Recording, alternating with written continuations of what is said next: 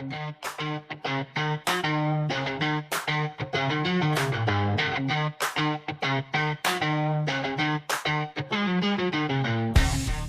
and a warm welcome back to the When Dirt Cast with your hosts, me, Jimbo, and Calvinator. As always, we'll discuss NFL updates, transfers, developments, and so much more that has gone on in the last week or so. Obviously, before we get started, one important note, none of what we chat about on here is financial advice. Do your own scouting or hire a director of metaverse football. I'm really excited for this one today. We've got a very special guest, someone, Calva, who over the last couple of weeks, you've known and got to know very well. I'm not too familiar with this person, and neither is the community in some regards. Introduce who we've got on the pod today with us. Yeah, so last week I spoke about my diamond adventures, and it's not a one-man job. There's another person involved who is the PR director, communications director, my assistant manager. And we had a stream on Wednesday where we also watched our first Magos game and commentated and analyzed it a little bit. It was really fun to do. He's really big on Sorare and football in general, and also content creator of a great YouTube channel. So all check it out. He'll talk way more about it later. So welcome, Quinny. How are you? I'm very good. Thanks for having us on, guys. Pleasure to be here. And Metaverse Director of Football. It's a new job title I can chase down. Love to hear it. one for the CV, I think. It's got pedigree. Yeah, big time. Definitely. Yeah, they also wanted for the job ad to have it more like a LinkedIn, and more official. So that's really great. You can really add it to your LinkedIn and CV, etc. Yeah, There's so great to peak LinkedIn potential with MFL, isn't there? To just totally ham it up. Yeah, you could make one of those classic like LinkedIn posts being like, resilience, and we've come back stronger, and I've now got this great opportunity to be part of this amazing role. And everyone, all the comments, all the bots on LinkedIn would be like, congratulations, well done. No idea the context behind what the role is about. Yeah. And this is how with B2B sales, like it's always the meme, right? How it will help you with that. But all right. Yeah, so later on the episode, we'll put you in the spotlight, our manager spotlight, talk all about your MFL experience, content creation, etc. First, we'll start with the updates, unless we have anything to announce, but I think we're okay in that department, Jimbo. Yeah, I think we're okay in that department, yeah. Yeah, I think we can move straight on to the updates. We have a lot of stuff to talk about. Also, questions from you, from the listeners on Twitter for Quinny. So we have a lot to talk about. So let's quickly move on to our moment of the week. So Jimbo, I kind of think I know what your moment of the week was. It's just been, it's not really a moment of the week. It's just been like a really great week for me and the agency, really, coming into season one. I wasn't quite sure what to expect in the first couple of games because off the back of Bastise's very lovely created strength projection charts, the Wyverns were sitting in 6th out of 11th, and I went, oh God, here we go.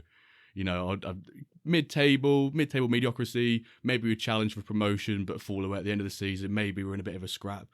Lo and behold, we're 4-0 in the league so far, sitting pretty at the top of the table, albeit we've not faced any of the top 3 sides yet, and we face one of them tomorrow in Ronan's Meat Eaters side, which I'm expecting a loss, but if I can just hold that to a draw, I'll be more than happy. They've won in the cup once, but we did lose today, actually, in the cup 5-1. I said yesterday on my socials that out of the 2 clubs, yesterday they had played 10 games and they'd won 90% of them, so I was feeling very happy. And the next game we played, we lost 5-1. So I thought I'd really cursed it, and there seems to be a thing. Quinny, we'll try not to shout out any of your clubs too much because it seems to be that when we do, they inevitably have a bad run of form over the next week. So it's called like the When Dirt curse. So just be wary of that one. But yeah, it's been a good week. I'm looking forward to next week and getting to understand progression and all that sort of bit more. But for me, my moment of the week is just doing well. The whole week itself, really, not a particular moment, just results after results. It's probably also fun, we need to say that I'm in the same league, so there will be another When Derby with Corsair Cove. And I already played Meat Eaters, and that's the only game I lost. So I think it's a very strong side. You did tell me that's just your strongest iron squad. It is my strongest iron. I'm just going to throw that out there, just in case I lose. That is my immediate excuse, that this is your strongest iron squad. And there's 2 rares and 3 even, so it's a bit... Although there's 75, a little bit... but yeah. Unbelievable. You're underdogs for the When Derby. I think. Well, we'll see. Quinny, what would be your moment of the week with Barcelona? Any nice games or successes? Or maybe Magos, I don't know. I was just checking in on the Magos results there to see how we got on after obviously the Basel losing the first game.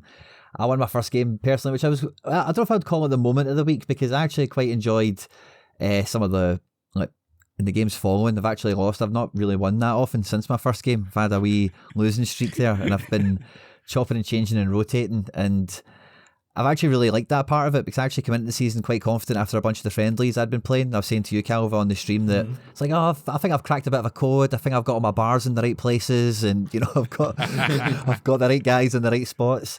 And like, the games have still been really tough, and even though the opposition, like, a few of the teams are been quite evenly matched and that kind of thing. So a bit of a reality check. Reality check, yeah, or maybe unexpected kind of surprise, where, like, I really enjoyed the winning part on the first game, and like, winning's just always nice, I suppose. But I think it's more a comfort thing for the game. Like, the game's like got like a solid kind of base on however it's doing the matchups engine and that kind of thing. It's not just on player score and aggregating the value of the scores or anything like that. There's a wee bit more that's going into it here. So yeah, I guess that was a big part of it.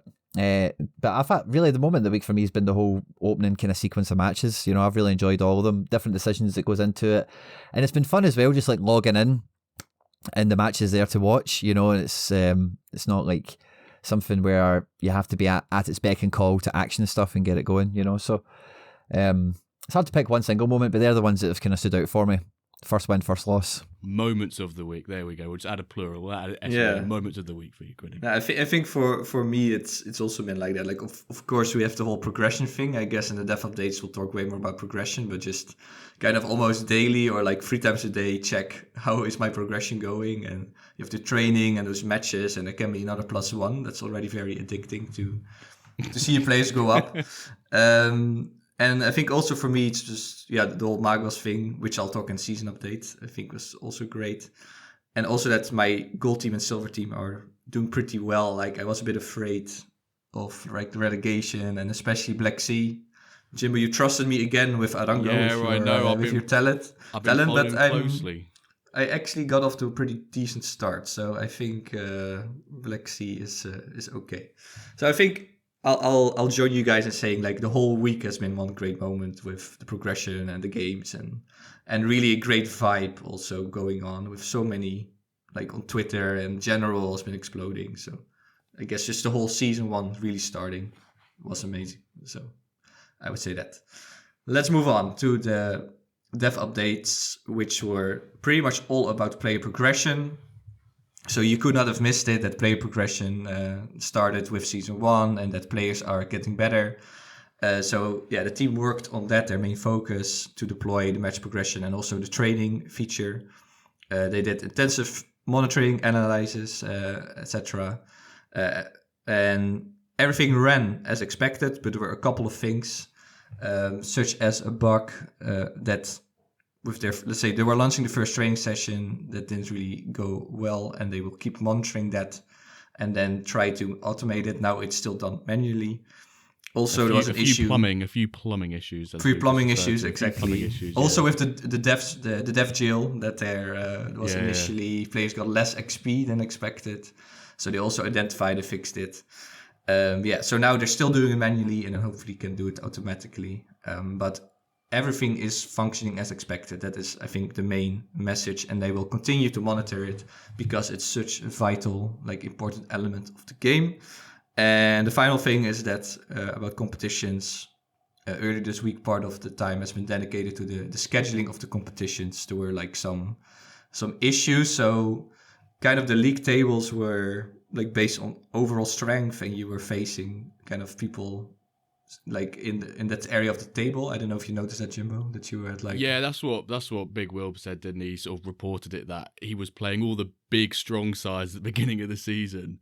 Yeah. And then when you go into the cup games, which the group games are very important to get you out of the group stage, you're playing equally strong sides. So your first start of the season is just absolutely ruthless, And sometimes it's nice to maybe challenge someone who's, slightly was in your league from slightly weaker pot, but it's good that they've sort of identified so I think that. A lot of league tables can be totally changed around based on this, that you were already playing teams like similar. If you won, you were top of the table, and now you still have to face or the weaker sides or the stronger sides. Yeah, so that also has been fixed, and now all the scheduling should be done, and also with some late registrations, that's also okay. Yeah, so let's talk about progression. There was big debate. Obviously, we've all seen our players go up. Hopefully. Did you discover any real talent in your agency? Like +2, +3? I've had one +2, which was a player that I bought in from the transfer window just before the season started, which was quite nice because he replaced one of my rare players I had in the Wyverns for a while. So I knew I was going to downgrade, but he's actually gone up 2, so that downgrade isn't actually as deficit's not as big now. I've had a 6, 7 +1s, but I think it's just great that I log onto the app plenty of times each day to look at the results and to watch the games and so on and so forth. But now I'm, in the morning when trading's done, I'll have a little lunchtime, got a bit of spare time, got any +1s, any progressions. There's more engagement and more, sort of, I guess, things to do is probably an underrated way of saying it, within the game.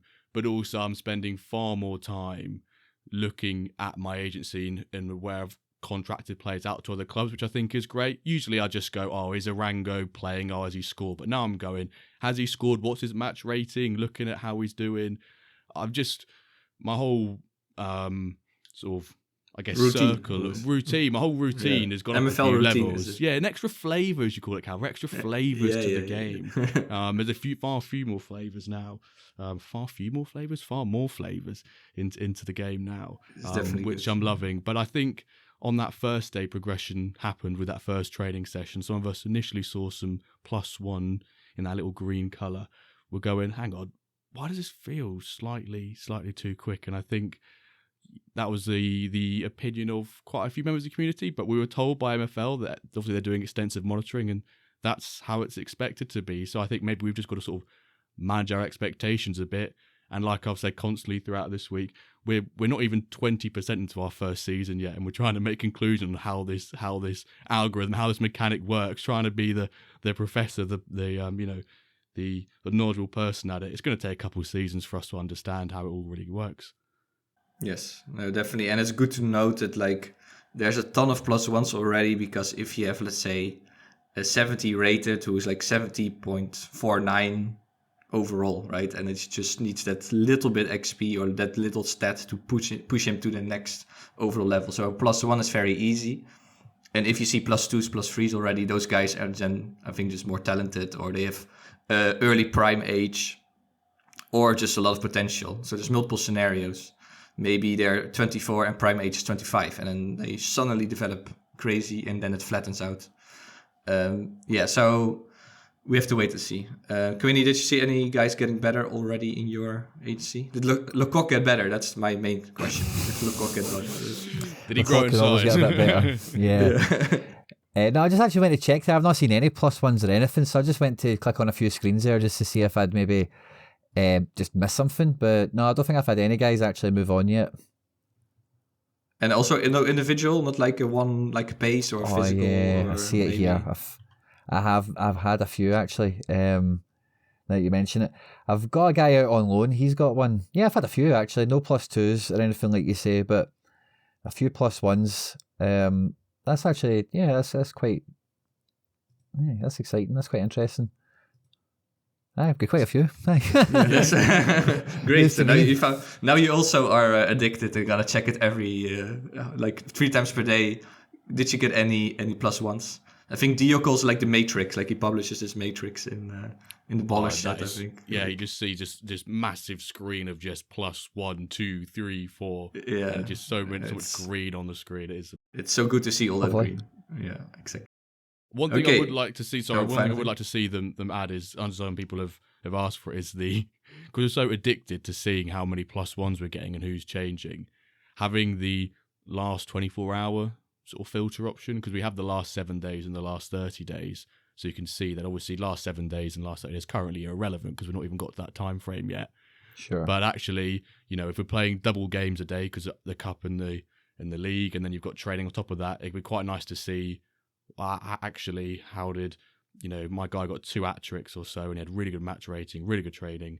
What did he get over the last 24 hours? So maybe a 24-hour time frame would be really good as well.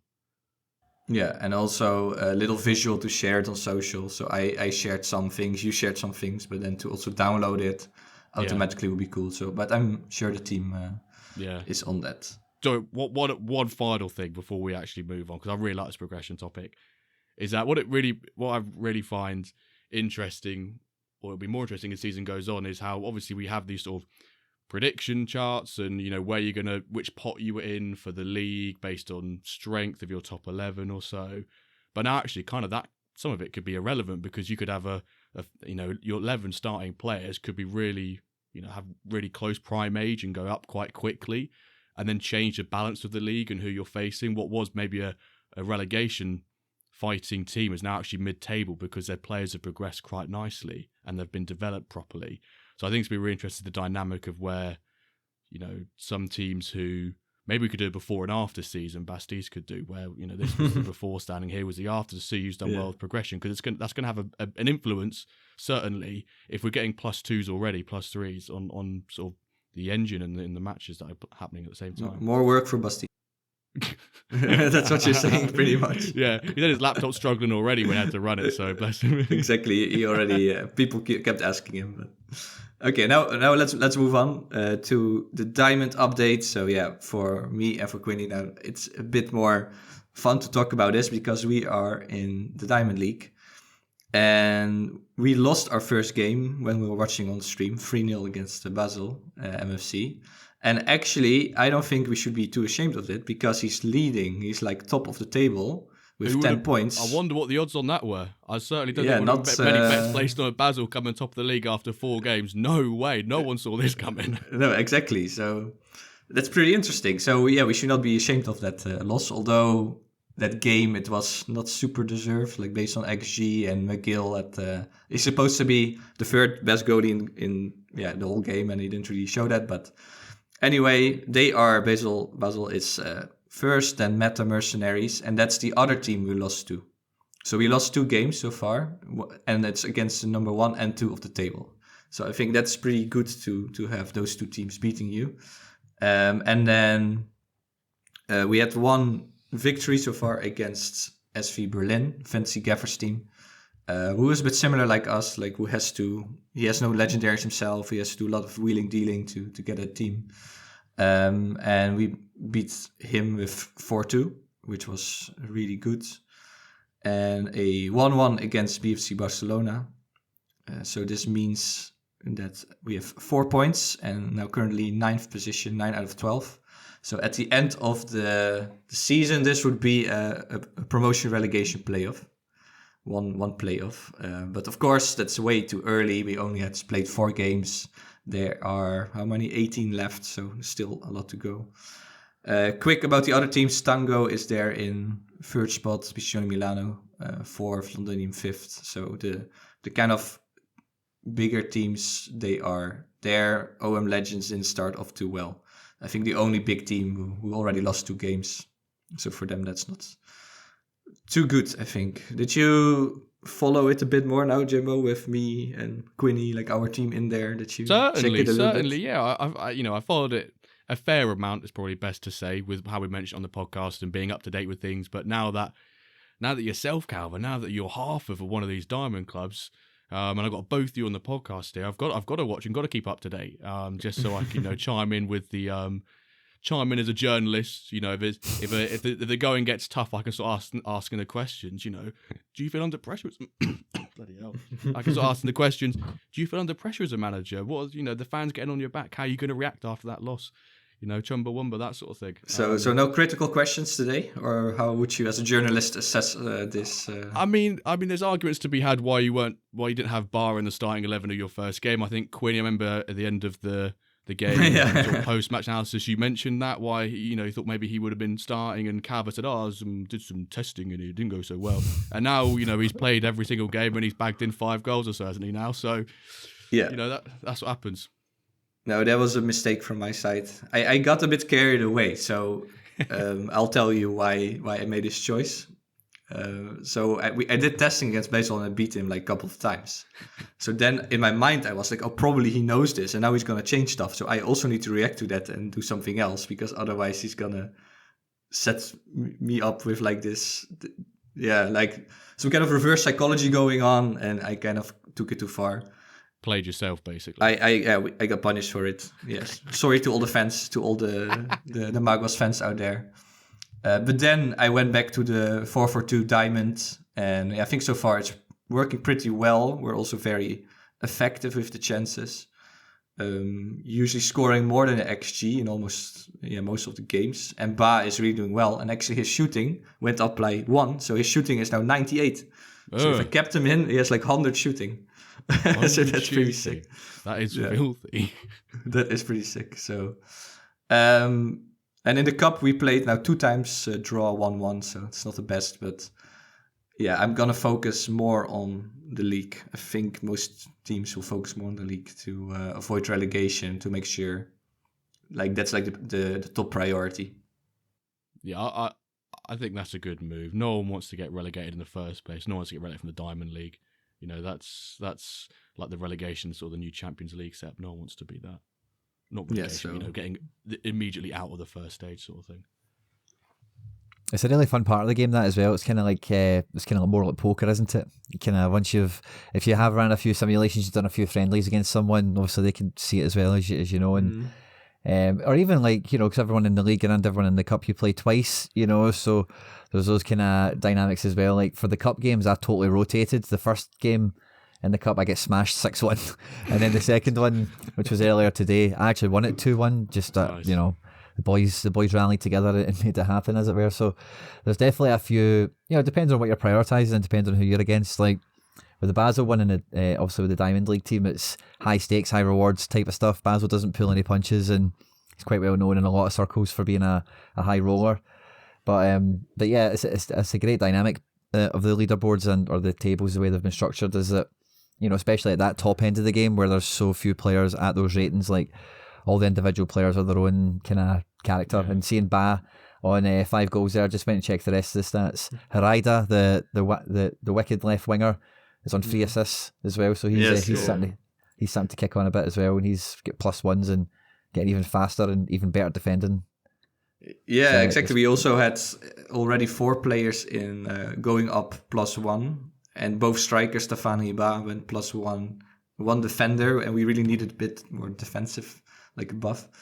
And Heredia, which is 93 to go to 94. That is really crazy because they said in the white paper everywhere, it's harder for legendary players to progress. And he already went up by 1, like after a couple of games. That's huge. So it's really good for us that we got a progression and that it's kind of working with Heredia, with Ba. So again, sorry for the first game. And next week, hopefully, we moved up the table a little bit. Next week, go again. Yeah, we go again. And now time for some market moves. What happened on the marketplace, and the sales bot was pretty overheated again. Sales bot in a good way. So shout out to some new managers: AJ Vitz, Novelty, FC Cheat Codes, Brian, Mr. Piton Ill, Owl Holler, Kodep, Shaggy Sepp, Champ, Bilut, Mango Juice 23, Arthur Ray, Zakos, Ninkai, Karen, Rupske, Martin Auvray, MYGBF, Justin O10, and Rick H63. And as new user of the week, I put, I don't even know how to pronounce it, this like SH4Cal. I always read it as Schalke, but I know Schalke? It's not Schalke Maybe, at all. It's not it's a Schalke I fan. read it as Schalke. I read it. Shackle. Yeah. It's probably how it's pronounced. Shackle. I just see like SCH and a K. I just go. Maybe Schalke. he's a Schalke That's fan. Just natural. It could be. It could be. Okay, But well. anyway, he just said in general that he bought his second club, and he's also a new user. So he really got the MFL buck, I think. And what's also great is that he's been helping new users already. So we see new users who joined 3 days ago are already helping new users who joined today. So it's like some kind of nice dynamic going on in general. So that's lovely to see. Then some other stories, some other market moves. Commons, Dio has been buying loads of commons. I think he got a bit addicted to this progression part, and he just is now buying like bulk, a lot of commons, mostly high commons, and see probably how they will develop. So a new strategy there. Rare players, the German Aussie bought 6 rares. I wrote that he kind of woke up. He has a plat team, but he didn't register this plat team. Yeah. So it's going to relegate and will become a gold team. So that's pretty tough for him. But he's not giving up. He bought 6 rares, so he's definitely going to make things work later. About legendary players, Lataner 89. He bought Jörg Eder 85 overall for 300 USD, his first Lego. So great to see some players also moving into the higher segment, buying their first Legos. And clubs was quite some interesting developments. First, about 2 silver clubs. Atlas 10 bought silver club from Algeria for 99, so that's pretty low, from Noé Sark. But then Aurel Kuzo bought a silver club from Zabrze in Poland for 84. So that's floor is really dropping. I don't know if they were registered, but then still for a bronze club, pretty cheap. Yeah. And I think the biggest story is Palmer, who bought Valencia Plats for 425. So that's floor also moved down, and Palmer's tried to keep them up. I think that was that's his goal. Yeah, right? When he bought that club, they were bottom of they were projected to be relegated. Bottom. They predicted to be relegated because of the strength in their squad. But he had about 2-3 days to bolster that lineup, and he's taken them sort of like, I think it's like 2-3, maybe even 4 places in sort of like the strength chart. So maybe into sort of that relegation playoff spot. But that's sort of the one to watch, where someone coming in, a bit like yourselves, coming into Diamond, totally new. Can Palmer come into Platinum totally new and, take what seemed to be a struggling side before the ball's even been kicked and take it into a sort of mid-table and keep his position in Platinum? Yeah, a nice challenge, and it's great that he took it on. And let's see how that will develop. And now, Jimbo, stage is yours. Cool. I don't think Quinny's quite ready for this bit yet. I don't know if Quinny's ready for it. I don't think Quinny knows this. I'm always ready. Right, here we go. Ready for Splash of the Week. So, we've actually got a name that I can pronounce for once on the stream. Usually some of these MFL players, I cannot pronounce their names at all. And the players that get bought for a lot of money have really difficult names to pronounce. But fortunately, this one I can. Abdel Fattah Jamal, 91 rated striker from Morocco, sold for $1,750. Purchased by none other than by Scrub. Yeah, our favourite user, we just say you. Purchasing him from Scrub, the hard negotiator. I think it was just before the season started, maybe the day of the league starting. 23 years old, he's a striker from Morocco, 91 rated, like I said. Some of his key stats: 93 shooting, 92 dribbling. What a combo for a striker. 87 physical, so he's a fairly sizable, strong chap up top. Won't fatigue so much. 87 passing, 87 pace, and then if you really care about it, folks, he's got 38 defending. So congratulations to you for this week's Smash of the Week. Interesting for Diamond that the top striker of Biccione Milano, who is one of the better teams, moving to a bottom team, who is like competing against us to Samba. So our rival now got like a stronger striker, so that's a bit worrying for us. Quinny, how are you doing with market deals? Like, are you planning to buy more players? Do you want to keep the squad around? What's your plan? I definitely am open to adding a few more guys in. I was kind of reviewing my kind of initial foray with the squad and everything yesterday and into today as well. Like I mentioned, like I quite enjoyed some of the losses just to really see see some of the weaknesses and see where like some of the weaknesses are, some of the traps in the squad. So I'm definitely up for adding in a few more pieces. But with the transfer window, I'm not in any, or the registration window or whatever, I'm not in any kind of mad rush because I don't really think I'll be missing out on much between now and whenever the next time you can register players is. So I'm quite happy to kind of, like I say, I've just been rotating between first strength and second strength for these games at the moment. But I do open up the agents tab and all the rest of it. I'm checking it every so often, but it's more a case of I'm kind of biding my time with who I've got, and then we'll see how high I get up in this league because, like I felt that I said this to you on the stream, but I felt that I've got like 370. I've got 470s in my team, and bearing in mind I'm in like the ice division or whatever, which is really low. And I felt that once I got the fourth one into the squad, the really bad players by comparison seemed to play even worse, if you know what I mean. So I'm a wee bit nervous of like just going and getting our 3 guys, and then all of a sudden like 5 guys become really crap by comparison, you know. So I'm still trying to work out the balance of some of the bits and bobs, and really what position is the most pertinent. Like where should I spend a good couple of quids, like getting pre-prime age guy, what position, what sort of stats do I like, what sort of stats do I need. So I'm definitely still like open to it. I had a few guys that I got into the club that I didn't end up registering for the season. I managed to get them loaned out, so I've seen a few of them actually like progress and stuff as well, which was quite cool when we were on that tab earlier. And Shaforko or Shako, as you mentioned there, he's a good friend of my community. Certainly, he's a good guy, and I seen he picked up one of my left backs for his team as well. So I think he had a bit of a scramble to get in before the deadline closed. And I say since that's came in, it's just kind of for me. I don't know if that's bad practice. Maybe you guys will correct me. Maybe I'm missing a trick here, but I've just been a bit more like arm's distance or arms. I'm not sending offers all the time, and I'm not like constantly going through all the filters and all the stat changes that I was like maybe a week ago or something. But I'm still kind of keeping an eye open. Okay.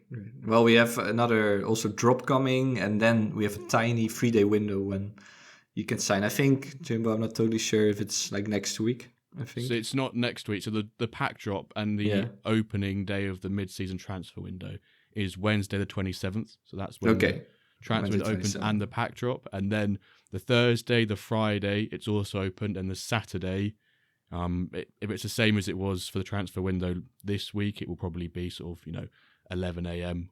our time. Quinny, Calvin for you, 12, sort of midday. So essentially you've got, 3 days? Yeah, 3 days to pick up some extra players to bolster your agency. Yeah, and I think you have free transfers per squad. Yes, yeah, that guys in. Really well reminded. Yeah, you can't just swap out all your 25 players either. As much as you may want to if you're struggling or, etc., you can only make 3 transfers, which is really nice. None of this sort of your whole team changes and suddenly someone who's bottom of the league does a Man City after Christmas and just wins 30 on the bounce sort of thing. Fortunately, there are some mechanisms put in place to prevent that from happening, which is great. So no IRL MFL this week because we have so much more to talk about later with Quinny. But of course, Quinny needs to put a beer in our community top 3. So last season we had candy bar top 3, chocolate bar, and now we have a beer top 3.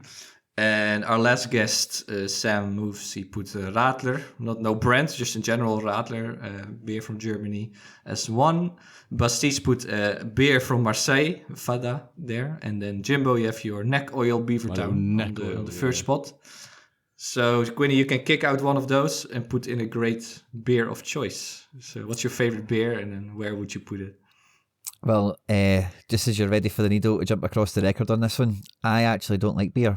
I don't drink beer at all. Okay. I feel like I could sense that coming. I don't know what. I could tell by your face. I was like, I feel like he's not a beer drinker here. No, I'm a cider guy, if anything. I'm not a big drinker in general, but yeah, if I'm drinking something, it'll probably be cider or tequila. So if I had to pick a beer, I would pick the Scottish beer, which is Brewdog. But I don't feel I would be able to kick out the right beer, if that makes sense. So, I don't know if you want to take my suggestion, but yeah. Well, maybe we could for this particular episode we could increase the our scope to include cider, so you could chop one in, but on the base maybe someone could then chuck in a beer in replacement of it. So we already the Radler is already not, it's like beer kind of mixed with that's good something in it, doesn't it? Yeah, so then the cider we can also just add cider. Okay, yeah, we'll back the cider, so you can put whatever your favourite cider is, first, second, or third. Where you can put it. Please not third. I want to keep my beer in there. Okay. I was going to put it third, but if it keeps yours, then I'll go second. Then that's fine. I don't like kicking yours off. What a man! So I'll go second. But my favourite cider kind of changes month to month. To be honest with you, so I don't drink too often. But I'd probably say if I was only to get one, I'd probably take a bottle of Magners. If I was to take only one. Oh, okay. Sometimes, but I don't mind a can. Sometimes I don't mind a pint out the draft, but it's all about the seasons, I suppose. But I'd go with a bottle of Magners, and I'd slide that into second on top of whatever was there before. Okay, yeah, great. So we'll replace it. It was this local beer from Marseille that was put in by Bastis. So quite interesting. We have now in our beer top 3 a Radler, which is not really a beer, then a cider, and then third is Jimbo's and then special kind of an IPA. But it will be fun. Like, people can correct it. We will have enough guests to maybe put some other things in there. So time for our main part, the manager spotlight. So we'll put Quinny in this spotlight. You already heard from him, and now we're gonna find out much more. So let's kick off with our usual question is, what's your MFL journey? How it's been so far? Or how did you find out about MFL? But maybe because of the content you make and your whole, let's say, how you talk about football, etc. I was wondering, okay, tell us more like about that journey, about football and then Web3 and Web3 gaming. So I've also been in this space for like a number of years now at this point, and I've kind of seen a lot of different football-based projects around for a fair length of time. And I'm always the sort of person where, like, especially in Web3, so I don't, like, Sorare is also what most people kind of recognise with my content and all the rest of it.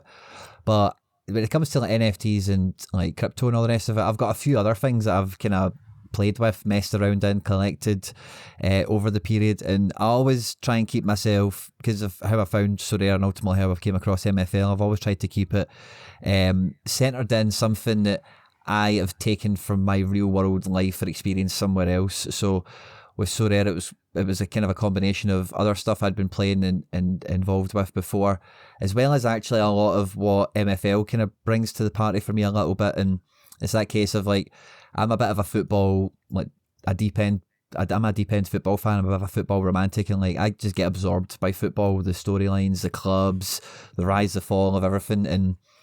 And for me, so with MFL, like with it being the way it's built, of course, already on Web3 and everything's fantastic, the way you can obviously have everything tracked on the blockchain and all the rest of it, I think is the future of gaming kind of period, to be honest with you. Like for anyone, I think that has been a part of playing computer games over the last 15 years will see how huge in-game purchases are, number one. Number two, like how attached you can be to create a character in any game, the story mode you've completed, the guy you've maxed out the levels, you've upgraded all your equipment, you've did all the site, people get attached to all these things. So I think like firmly like that is a thing, like Web3 and all the stuff that we kind of are involved in this regard is going to be like the future, like building blocks of games for me in a big way.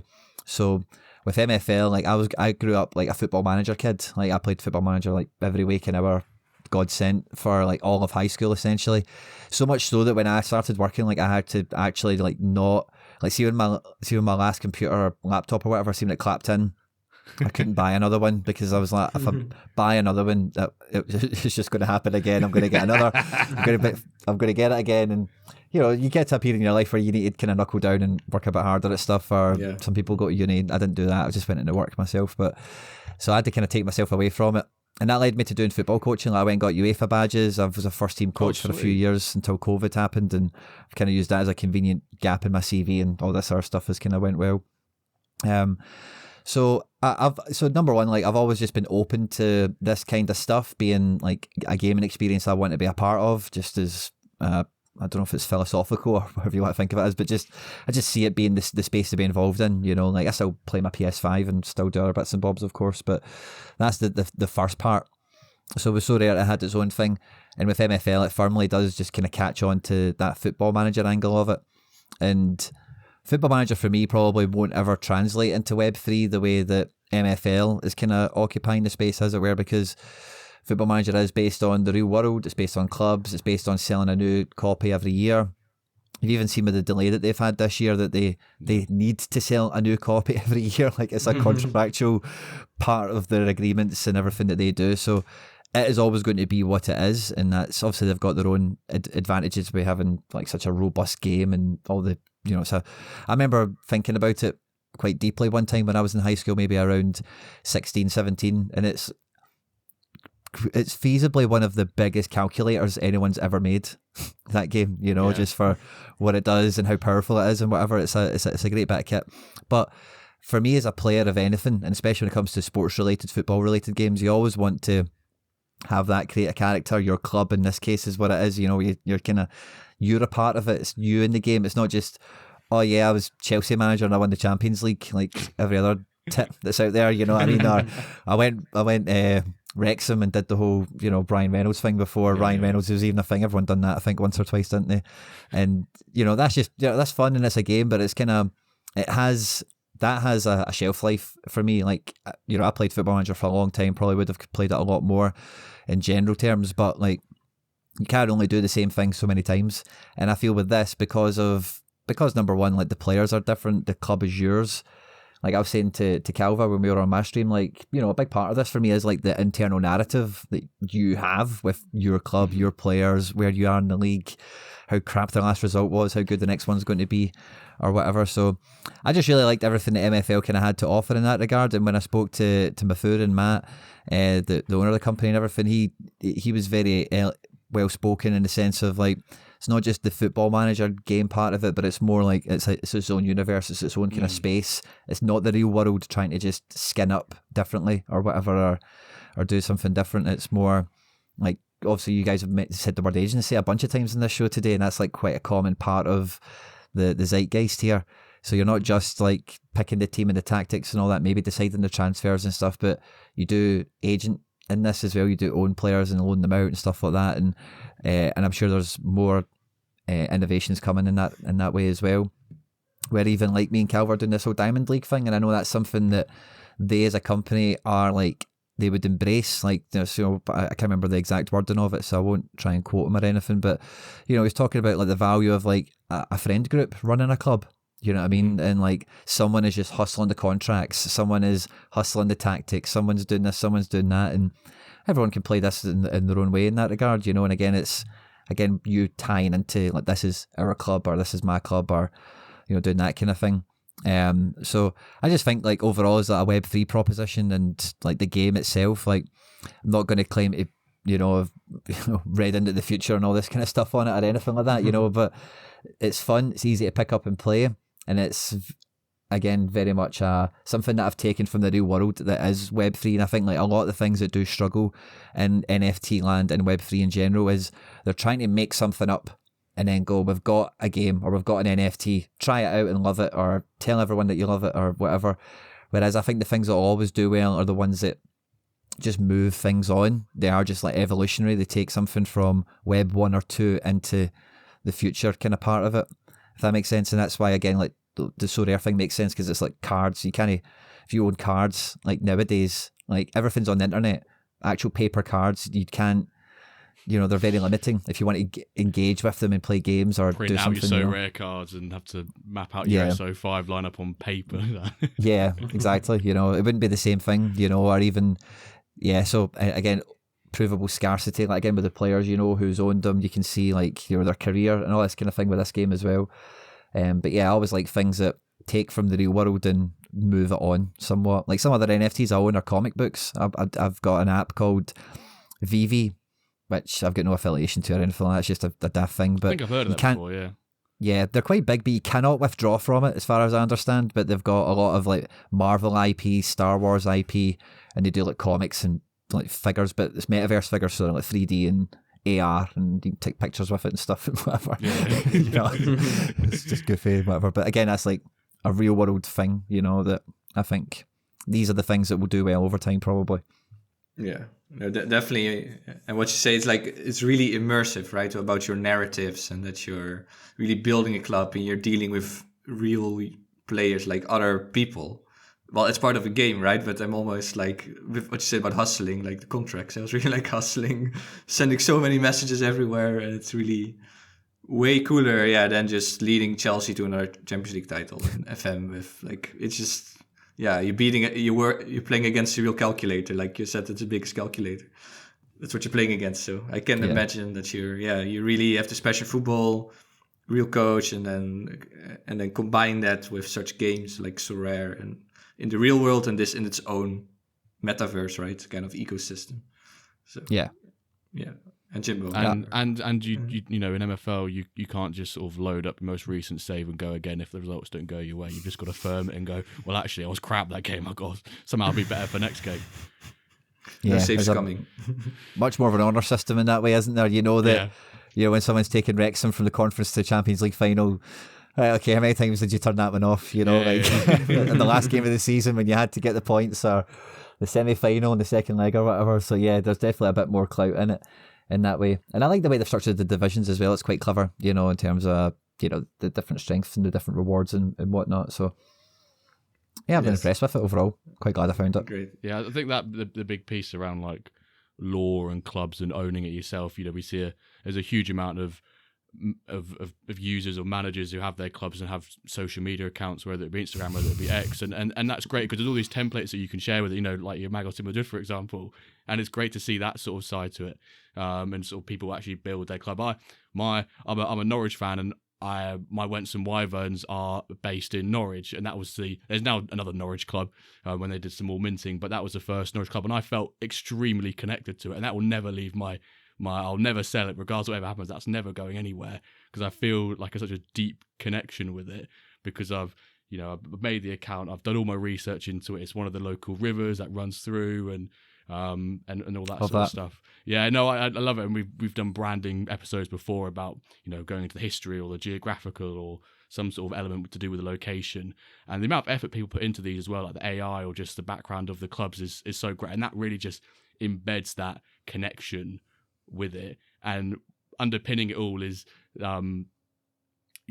is playing against someone, I think, as well, that whole community aspect, and that zero-sum game, I've called it, where, you know, you could win 3-0, the other side of that result is someone else who's crying their eyes out they've just lost 3-0, and that's great sort of thing. I love that. That's why I'm so excited for these emotions of promotion relegation this season, because I think some friends will be made, and I think some villains will also be created for some people as well, some arch enemies.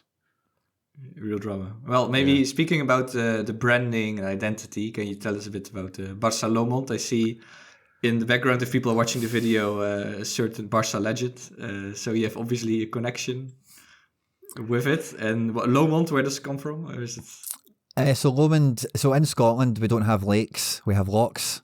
Yeah. And the biggest loch in the world is Loch Lomond. It's not the biggest lake, of course, but it's just a bit of a Scottishism. But so yeah, Loch Lomond it's the biggest lake or the biggest loch in Scotland, and it's very close to where I live. It's very picturesque. If you're ever in Scotland, it's one of the places to go down to. Very nice places all around it. I go there once to twice a month, most of the way through the year, depending on the weather and stuff, for a variety of things. But just love it, to be honest with you.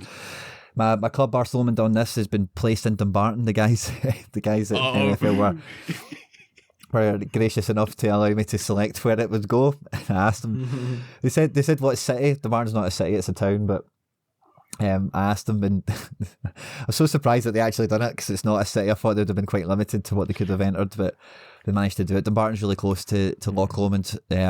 If any of you are ever in the neighbourhood and you're trying to get there, that's probably the way to go about it. And when I was like younger, I think I must have been about 17 or 18 or something like that. Barcelona came to Scotland to do a pre-season, like play a couple of matches kind of thing. And it was one of Messi's first years. I think Henry was in the squad.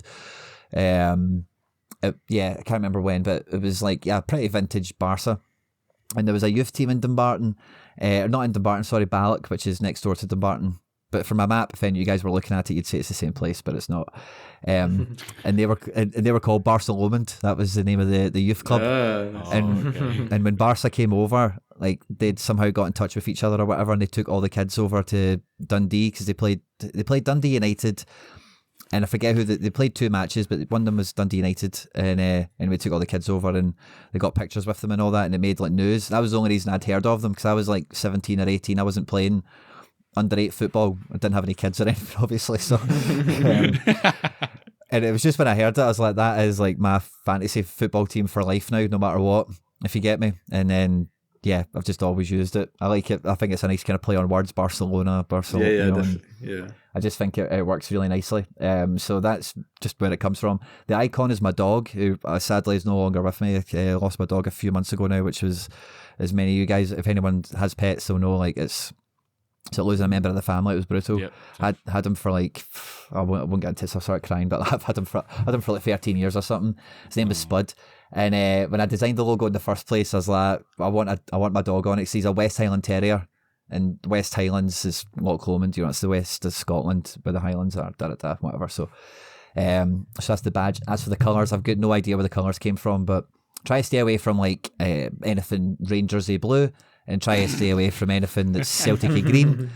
And that's kind of where I came out with. I didn't want to go black and yellow because I don't know, tried to get something a little bit different, as it were. So yeah, that's the background on the club, I suppose, that's how great. It got branded. Yeah. It's really amazing to hear, and I love all the connections and all the history and football, and your dog, and like it's also a very all very meaningful to you, and that's your club and that's your identity, and that's like so you're as Jimbo is connected to Norwich, you're super connected to that club now, so that's amazing. So I had a question about like your season 1. I was been going so far, but I think we already kind of talked a bit about it, but maybe it's more interesting to ask you, like now looking back at your kind of first weeks, month playing MFL, if you would have done anything differently, and also us SR Monkey, who you know probably, has asked like if you made any early mistakes in the game that could have been avoided. So if you look back at this past weeks, month, would you have done something differently? Did you make any mistakes? I don't think I made any catastrophic errors, but I definitely did everything the wrong way around because MFL had like gifted me a club and gave me some packs to get started with and all the rest of it. The first thing I was going to do with that was make a video, like unboxing it and just watching all the animations and just seeing everything that comes out and see what you're left with, which is fine. But from there, like I got proper, like quite bitten by it quite quickly. And then I went into the market and I bought 4 players, all averaging around $18 or so, all under 20, that kind of range. And then, so basically I ended up doing that, and then later on discovering a bit better the free agency and how all the contract stuff works, as well as like the starter packs are exclusive. You get a few of them allotted to you when you first open your account. And I basically did everything the wrong way around, so if I'd just opened the stuff as they gave me it and then waited a wee minute to just like compose myself and try and like see my way around everything, I would have bought the packs next, and they would have been like $7 each or something very nominal. And then the amount of money I would have spent on players probably wouldn't have changed, but I might have got an extra player, or I might have maybe even bought an extra pack, one of those standard player ones, depending on the way things were sitting or whatever. And I think because of that, like as I mentioned to you, I rotated in my first cup game and I got smashed 6-1. And when I was looking at that rotated team, I was like, I knew I needed 2 teams worth of like cover or whatever, but I've just been too like bull in the china shop, been all over the place, like go get this guy, go get that guy, and then that kind of thing. So a sequence of events would have helped me a lot more than like I just didn't buy a goalkeeper or something like that, It's a bit like when you get a game for the first time and you go straight into it and you go, actually, there's an instruction manual on the box here, which would have helped me if I how to do these things. And you sort of like went, no, I'm just going to go straight into the campaign and just go for it. Yeah, so I was quite conservative on how much I want. Whenever I did go into like trying to get players in, I was very nervous on giving away percentage on stuff. So I was just quite like, I don't want to give away too much. What if I win and all that? I don't want to split it with somebody basically. But when you kind of see the way the game works, and obviously like, if you're not winning, you're not splitting anything, so you're kind of, you need to go for it in some regard, So I think, maybe been a bit more confident or a bit more willing to just put a bit on the table, maybe to try and get another player in at the last minute, or to get a better quality of player, because being in nice division, it's actually kind of hard to get good players in. Yeah, we've all found when the transfer window first opened, you might have like a rare player, or maybe have legendary players, and suddenly they're getting offers from ice divisions being like, can I have your legendary for like 5%? And it's like, no, he's not going to ice or whatever, but because they wanted to hamper the you might as well cheeky, they could misclick it and suddenly you're there with, hey, I've got him for 3 seasons, and he's only got to play 10 games or so. But yeah, the scouting and that agency piece is fantastic. So for new users, if you want to go look at new players, actually having to go purchase them yourself, that scouting tool is fantastic for that. Yeah, that is really But like, yeah, those things you find out. So if, like, a lot of people do this, I think. They just go straight club pack, buy some packs, and then they get started, and then they buy 25 players, and then they found out there's also all scouting, and then you need to get that feeling for ref share and which players can go where and how can I approach this. And also people keep sending offers, while I think just chatting to guys on Discord is a much more effective way of getting guys, or like we were talking, like, oh, actually I have another striker you can maybe get, and then that's how you also build squads. But then for season 2, you know so much more already how to build that squad. We also would like to ask you a bit about content creation. So you said you already made some unboxing, opening some packs, right, on some videos. We did the stream. Are you planning like more MFL content, or what do you think in general? What kind of content would be great for MFL to make? Earlier today I recorded top 3 beginner mistakes. Interesting. So that was kind of on the tip of my tongue, that one already. Because that was like the most obvious part of me looking back at where I'm at and what I'd kind of got together or whatever. And I think, like, I don't know, outside of that, generally, like, I think the most engaging part of content for me when it comes to, like, whenever it's stuff that I watch is, fun, is that there's stuff happening, there's different bits and pieces going on. Like we did the live show for the first game of the season, which I had a lot of fun with, and I think there's definitely a lot of scope to do that sort of thing for like opening games of the season, big rival matches potentially. Like we played each other, Calva, in our league. You've been very kind not to bring it up and rub my face in it.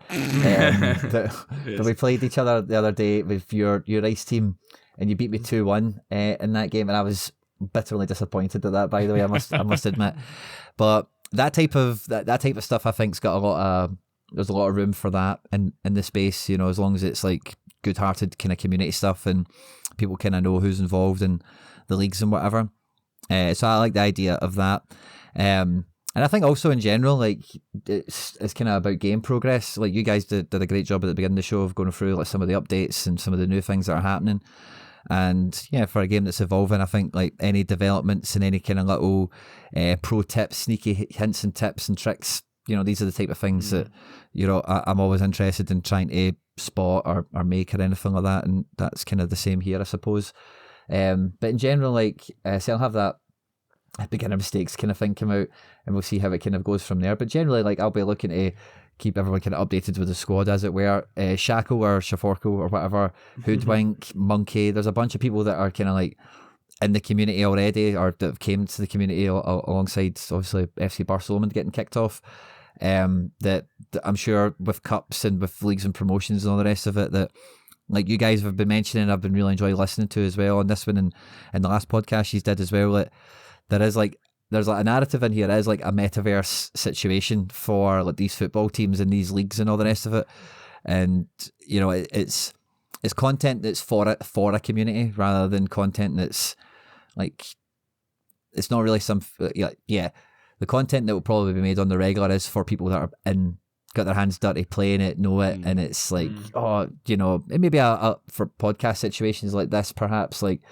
And if you did mention it, might have been over my head earlier, sorry, just for some of the names and whatever, but like maybe like big headline shock stuff that happens, like Basel get relegated, we can only hope, or stuff like that.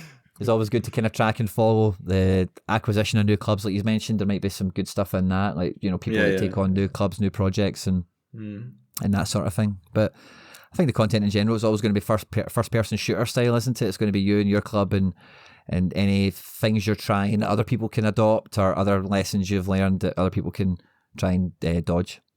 Yeah. We've found really good success on like the streaming side to it, like you mentioned right at the start of that piece there, because a lot of the games, they are live and can be watched live. There is something about, especially if you're streaming one of your games and you've got people in the community watching that stream who have players on that squad that you own, and there's almost that, that there's more on the line there. And we've found, whether we've done the pack drop streams or we've done the cup finals, people will tune in for it because they just want to be like match of the day sort of thing. You just chill and watch the games that are going on, or you all get together with your mates because your local team's not playing at home, they're playing away, so you get together around the TV and you watch football. It's got that sort of element to it, which is really, really great.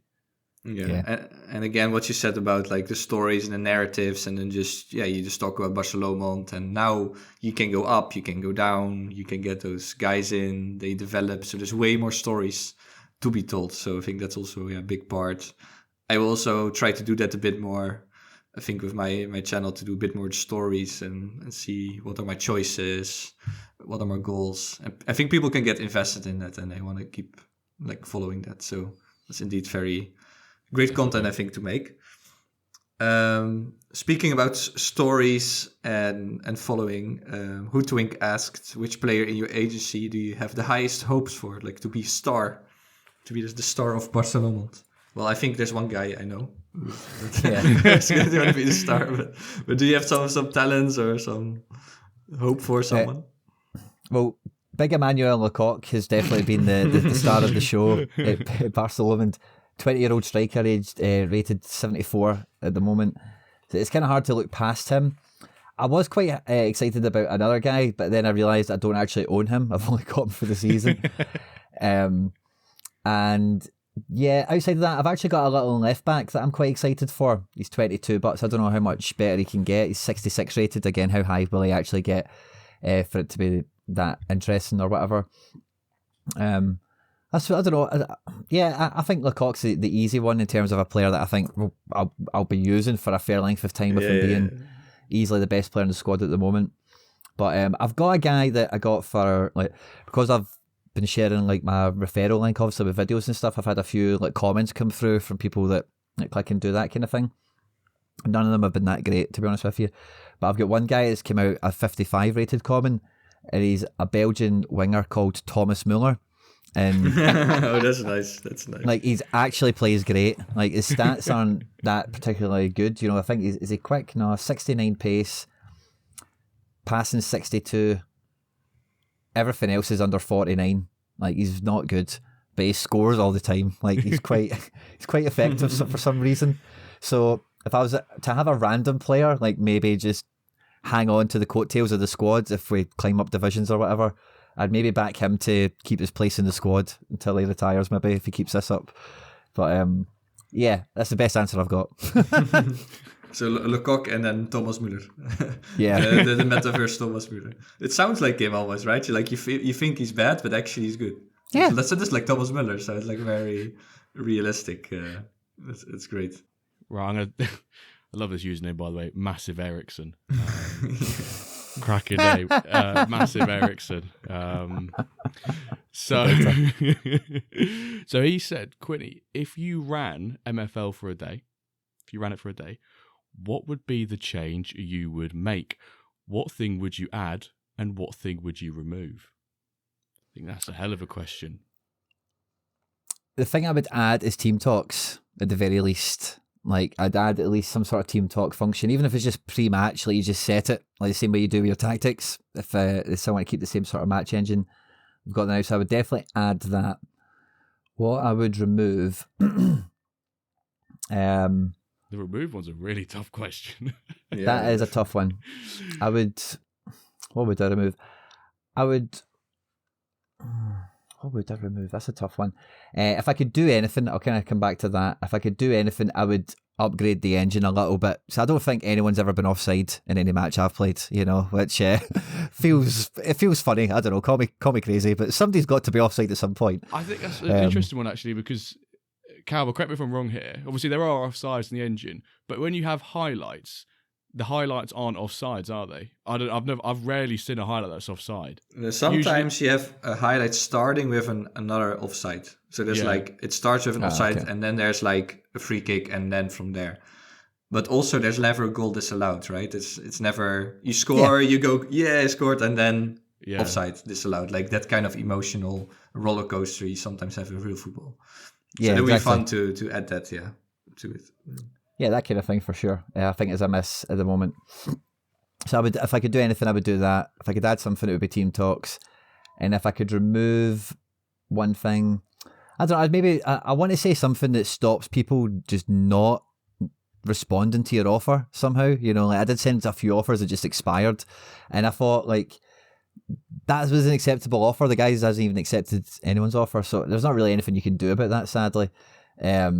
And as you say, remove is kind of a tough one anyway, at the best of times, even for you guys. So, you almost say just remove whole users who are inactive. That's what you want to remove. Inactive users. Remove all active users, or do something with them. Remove their players. Or remove the lack of push notifications that make your phone vibrate endlessly until you open it up and respond. Yeah. Great.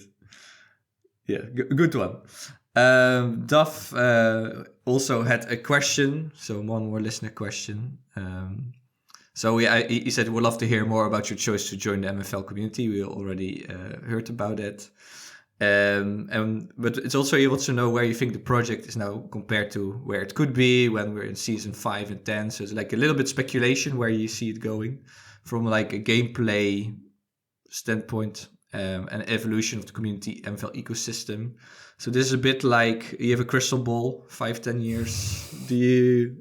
Any predictions? I think based on what you said, like you're pretty hopeful from what you were sharing earlier about the different ingredients this game has to make it successful. I definitely think the metaverse part of all this is definitely something to be leaned into in that way. Like, I do like the fact that it is all-encompassing, and again, I can't remember any specifics, or I would at least try and share a bit of them, but speaking to the guys that run the company and everything like that, like, they do have quite lofty ambitions for how they could flesh some pieces of this out, and I think like if they're able to do that, like really like all the things I kind of believe or think around all this sort of gaming that we mentioned earlier in the podcast, like if you walk it all the way down the path to their natural conclusion, like you do get into a sort of VR, AR sort of spectrum of a metaverse where it is like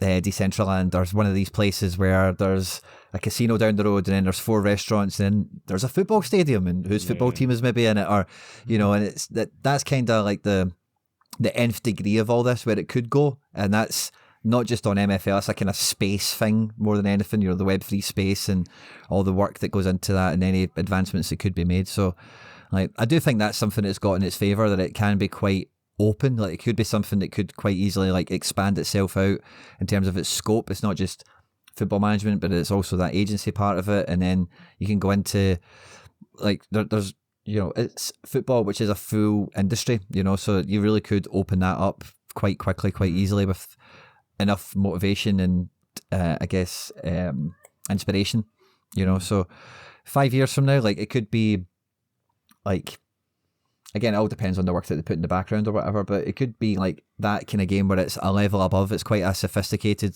football manager kind of football management game is probably the better way of putting it, sorry, where it isn't just about the club, but it is a bit more about like being in the space and stuff like that. But games like that are quite taxing, as it were, you know. Like, one of the things I do like about it is relatively passive. Like, I can log in, like, you guys are in a bit more often than me, and that'll probably change. I'll probably be up to speed with you guys in no time. It will happen. It's not a when. It's, yeah. Not if it's a when, it's a when. But I've had a few days where I've like slogged it and I've been on for like a good couple of hours just tweak stuff, game. But certainly like every day I'll definitely click onto it for 30-40 minutes at a minimum. And I think that's a big part of the appeal of it as well. It's like a daily thing where it's like, oh, I can spend a wee hour on MFL now, like catching up with, watch my game, how did people do, and do that kind of thing. So it's a bit of a tightrope to walk and everything I'm saying here, I suppose. But I do think, you know, the scope of what the game could become in 5 years is something to be excited about. Definitely. We agree. We're all on the same page here. Exactly. We all think it is the same. And what you said about expanding, like, also people have been talking about merch, right? Like, everyone likes to have now merch of their own teams or shirts or other related things, or even maybe get sponsors in and just really expand that. I've heard about some things like this. Like, people really have already, I don't know, like the Dad's Company, whatever, right? You can really maybe put it in the game on tiny shirts or stadium banner. Sky is the limit. So there's really potential to make it even more immersive. I've got one final question before we go into our previous guest question, and this came from the Bosco company. It kind of relates to where we sort of finished with that chat just then. His question was, what feature would Quinny like to see adopted next by MFL team? And he sort of listed off a few here, obviously not excluding. National teams, stadium, development, coaches, NFTs. Obviously, yellow and red card bans would be nice. Obviously, for some people, maybe not, because if their centre-half gets sent off every other game, it's going to be a bit frustrating. But are there any things that you've thought whilst playing the game over the last couple of weeks that you'd gone, cool, I'd really like that to be added next? I think stadiums could be a good one in terms of something you'd want to make an NFT kind of element out of as well. Like I kind of alluded to there with the whole kind of metaverse angle of it. Like I think stadiums could be a good one, but it's maybe not one you want to do prematurely if that's the kind of scope that they did want to lean into. Suspensions feels like an easy one to just add in at some point. It's just a kind of engine-based thing. But also when I say stadiums, like I'm also thinking about being younger. And I remember when stadiums came into FM for the first time, and it was a bit different, the match engine, and it was like, oh, you can see the fans kind of, just 2D kites almost, little posters of people, and it makes that crowd noise when it goes off for a goal. It makes it hit a bit harder, it makes it drive home a little bit. So I definitely think you'd get a good win from that, certainly. I can't remember the other options, but suspensions is an easy one, probably, once they've got mechanics for the game engine to sort out for it. Yeah. And I like stadiums in a lot of ways. Basically are advanced, stadiums, but yeah. It would be really fun. You have your own name of stadium. See the fans like in the color of your team. Some sponsors. Them leave at half-time when you're 3-0 down, that sort of thing. that level of depth, start shouting. You away fans singing, you're getting sacked in the morning on a big away day. And then you can wave with tiny handkerchiefs, like these white, right? What they do in Madrid, tiny ones, waving. I think they do that in Valencia as well. The white hat, maybe it's a Spanish thing. But yeah, that could be cool.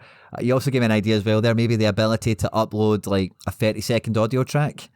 Or maybe 3 30-second audio tracks, so you could have like a couple of songs. You could have like sacked in the morning, bit of banter or something, or you could maybe upload that sort of thing. Any good chance, like who are you? Or, just some fun stuff, And then because you're uploading your own one, or you're maybe choosing from a library that they would have of 20 or something, like your stadium will, if there's a right combination of stuff, it'll be a little bit different to everyone else's, wouldn't it? Yeah. Really cool. Somebody's got drums going, someone's got a vuvuzela, could really mix that up. You get some wacky ones like in America, like Portland Timbers, and they have the big chainsaw, the big tree, like, let's bring that. Maybe that's regional. Maybe if you're in America, or if you've got a Spanish club, you have the hanky chiefs. Maybe it's maybe it's a regional thing. That's also another thing we like to get onto. More flavour, Jim. More flavour. Exactly. More flavour. They're baking this game. And they're really transparent with how they create it, because we get dev updates every Friday, and we can see this lovely pie of MFL with the new flavours being added to it, and we can see it baking in the oven. Yes, exactly. You get a little taste test. So we've been recording already hour 15, so let's move on to the final recurring question from our last guest, and then Quinny will ask a question to our next guest. So Samus was the last guest we had in our studios, and he asked, would you rather have one club that gets promoted every season or 2 clubs that promote every other season? Let me also add or rephrase a little bit. Would you rather have maybe one club and go for a bit more quality, or then have multiple clubs, more like the quantity approach? Like, well, I'm a bit like guilty of that. Some people even more, but what would you say? My kind of mantra and a lot of what I've been involved in for the last couple of years has been, make sure you've got one team that can win. As long as you've got one team that's winning, you'll be happy at the very least, and then you go from there. So I'm going to take one team that gets promoted every year. Okay, fair enough. I was going to say, from a Sorare point of view, there's nothing worse when you've got 2 or 3 lineups that if you just combine them together and pick the players from each, you'd get your perfect score. But no, you've somehow captained the guy who's got 150 with his score, and then he's with a bunch of like 40 scores. You want to have that one team that you can bank on to win and do well. So more quality approach. And what would you like to ask our next guests? Do you have a question? Something you're curious about? I was in 2 minds to do a kind of jokey one or do a serious one. So with the question you've asked, I think that's kind of somewhere in the middle. So I will ask the next guest the question of... I'm trying to think of how to put this. I was thinking about saying it in a funny way or not, but I'm not really coming up with it. So I'm going to say, I'll ask the next guest just quite simply, where does he think Magos de Madrid is going to finish in the table? Is Calva, are the handkerchiefs going to be coming out? Or or will there be some unexpected glory? Is this Claudio Ranieri in the making, or where are we at? So yeah, I'll ask for a season prediction on Magos de Madrid for whoever's next week. That's a really interesting one, because then you're going to get like the fans come on and think, speak to the manager and say, I think we're going to win the league, or he goes, "Cool, you could be out of the job in a few weeks' time, mate. You could might get a fan come on here and be brutally honest to the manager." But I love that question. I love that. Yeah, great one. You either get an answer you really like, or we get an answer you don't really like. Yeah. No, I'm curious, and that's also fun, right? That's like the prediction game and expectations, seeing how people do, the pressure mounting, all part of the game. So, or the funny question is, would you rather fight 12 squirrel-sized crocodiles, or would you rather fight one crocodile-sized squirrel? Well, if we get Taggart on next week, this is an amazing question, because he has a whole squirrel-based team. Yeah. So we can keep that in. That's a nice one for him. So now we do need to get Taggart. So if you're listening, Taggart, join us next week to answer this. He'll be like, I've got to come on now to ask about question. Squirrels. Oh, he'll love that. Yes. So we're getting to that point in the podcast again where we tell you the hashtag. And as always, the hashtag is to prove that you've been listening to the end or to this part of the podcast. So this week's hashtag, we're going to give you a choice. We like sometimes these choice and optional hashtags. Hashtag hankies out or hashtag hankies in. Did I get that right, chaps? Hankies in, hankies out? Yes. For some reason, hankies... And do we also connect it to my future at Magos, if you think, if they're out already? Or our future, I should say. I think we both would get fired then. Unless you can stay like Ruud van Nistelrooy and be caretaker for the end of the season. Let's see if that happens. But yeah, hankies in, hankies out for Calvin, or in general. Like you can... Yes, hashtag hankies in or hashtag hankies out. Post that in the Discord, on socials. So many of you have been doing that, which is great. The hashtag DevJail's really stuck recently, which has been phenomenal. It's almost replacing the word development center, and we're now just referring to it as DevJail, which imagines maybe some new users might be like, hang on, the developers in jail? What's going on here? Maybe a bit odd. What's going on in this game? No, it's just the development of players being in jail. But before we wrap things up, I want to say, Quinny, a massive thank you for coming on. The conversation's been great, really interesting to hear from that different perspective as a new user, but also the content creator side. I hope you've enjoyed yourself. Yeah, it's been an absolute pleasure. I've had a great one. And it's been really good as well. Like for the parts of the show we were just doing the normal housekeeping stuff, just kind of hearing a lot of the stuff that's going on and, the depth everything's getting stuck into. So I've had a good fun one with this as well. I'm looking forward to seeing the hashtag flying out there as well and seeing what one takes the biscuit. Hankies in or out, but thanks a lot. Yeah. Thanks for having me on. Really appreciate it, guys. No, probably it's been great, and we've seen with previous hashtags, some people have even done like generative AI and pop that as next hashtag as well. So we get some really creative people in the community. Love it. But there we'll go. We'll wrap things up there. Hashtag hankies in, hashtag hankies out. Thank you all so very much for listening, and we'll catch you this time next week for an episode of the When Dirt Cast. Thank you for listening.